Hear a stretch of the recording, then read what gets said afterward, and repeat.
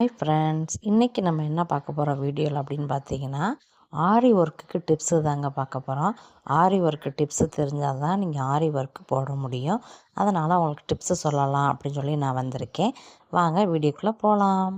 ஆரி ஒர்க்குக்கு முக்கியமான ஒன்று அப்படின்னு பார்த்தீங்கன்னா நீடில் தாங்க. நீடில் தான் ரொம்ப ரொம்ப முக்கியமான ஒரு விஷயம். ஃபைன் டிசைனுக்கு நம்பர் 10 நம்பர் 12 எடுத்துக்கலாம். ரொம்ப சூப்பராக இருக்கும் நீடில். முதல்ல வந்து பிகினராக இருக்கீங்க அப்படின்னா கண்டிப்பான முறையில் வந்து நீங்கள் வேஸ்ட் கிளாத்தில் ப்ராக்டிஸ் பண்ணிட்டு தான் நீங்கள் மெயின் கிளாத்தில் கையவே வைக்கணும். எடுத்தோடனே மெயின் கிளாத்தில் நீங்கள் செஞ்சிட்டிங்க அப்படின்னா பீட்ஸு, எம்ப்ராய்டிங் நூல் எல்லாமே வேஸ்ட் ஆயிரும், நேரம் வேஸ்ட் ஆயிரும். கண்டிப்பாக அதை மட்டும் செய்யாதீங்க.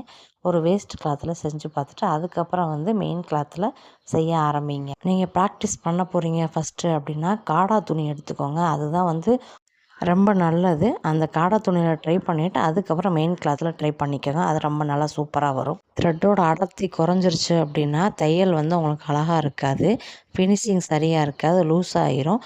அதுக்கப்புறம் ஒவ்வொன்றா பிரிய ஆரம்பிச்சிடும்.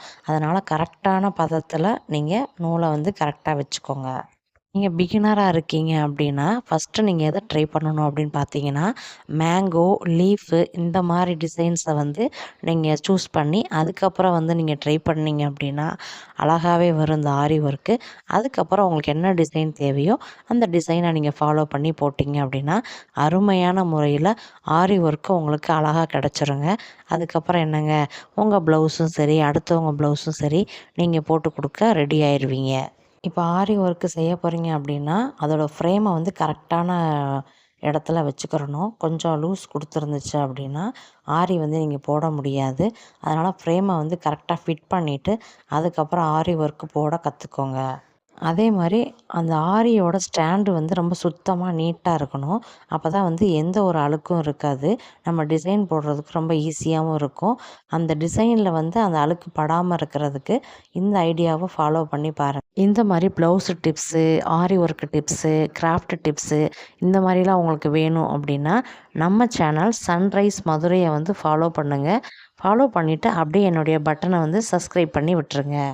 பென்சில், கார்பன் ஷீட்டு, ட்ரைசிங் பேப்பர் இதெல்லாம் வந்து தனித்தனியாக ஒவ்வொரு பிக்சருக்கும் தனித்தனியாக வச்சுக்கிட்டிங்க அப்படின்னா ரொம்ப யூஸ்ஃபுல்லாக இருக்கும்.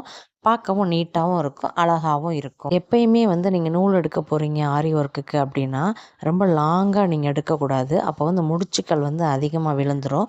அதனால் ஷார்ட்டாக வந்து எடுத்துக்கோங்க. நீங்கள் ஷார்ட்டாக எடுத்துகிட்டு நீங்கள் போட்டிங்க அப்படின்னா நீங்கள் டக்கு டக்கு டக்குன்னு போட்டு முடிச்சிடலாம். நன்றி, வணக்கம்.